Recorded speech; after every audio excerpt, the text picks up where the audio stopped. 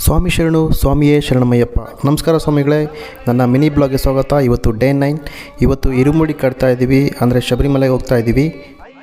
ಮನೆಯಲ್ಲಿ ಪೂಜೆ ಮಾಡಿ ಅಮ್ಮ ಸ್ವಾಮಿ ಆಶೀರ್ವಾದ ತಗೊಂಡು ಮನೆಯಿಂದ ನಮ್ಮೂರಿನ ಆಂಜನೇಯ ಸ್ವಾಮಿ ದೇವಸ್ಥಾನ ಹತ್ರ ಹೋಗಬೇಕಾಗಿರುತ್ತೆ.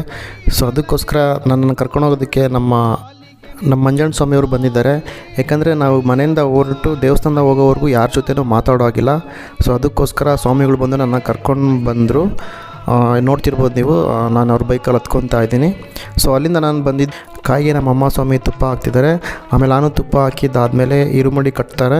ಸೊ ನಾನು ಹೊರಗಡೆ ಬಂದು ನಿಂತ್ಕೊತೀನಿ. ಅದಾದಮೇಲೆ ನಾವು ಶಬರಿಮಲೆ ಹೋಗ್ತಿರೋದು ಇದೇ ಟಿಟಿಲಿ. ನಾವು ಫಸ್ಟ್ ಹೋಗಿದ್ದು ಬೈಲಾಂಜನೇಯ ಸ್ವಾಮಿ ದೇವಸ್ಥಾನಕ್ಕೆ. ಗೊಲ್ಲಳಮ್ಮ ದೇವಿ ಆಶೀರ್ವಾದ ಪಡ್ಕೊಂಡು ನಾವು ಸಾಯಂಕಾಲ 6 ಗಂಟೆಗೆ ಆದಿಚುಂಚನಗಿರಿ ರೀಚ್ ಆಗ್ತೀವಿ. ಸೊ ಅಲ್ಲಿ ನಾವು ಸಾಯಂಕಾಲ ಶರಣಕ್ಕೆ ಹೋಗೋದಕ್ಕೆ ಸ್ನಾನ ಮಾಡಿಕೊಂಡು ರೆಡಿಯಾಗಿ ಅಲ್ಲಿಂದ ಪ್ರಸಾದ ತಿಂದ್ಕೊಂಡು ನಮ್ಮ ಪ್ರಯಾಣ ಸಾಗಿದ್ದು ನಂಜನಗೂಡಿನ ಕಡೆಗೆ.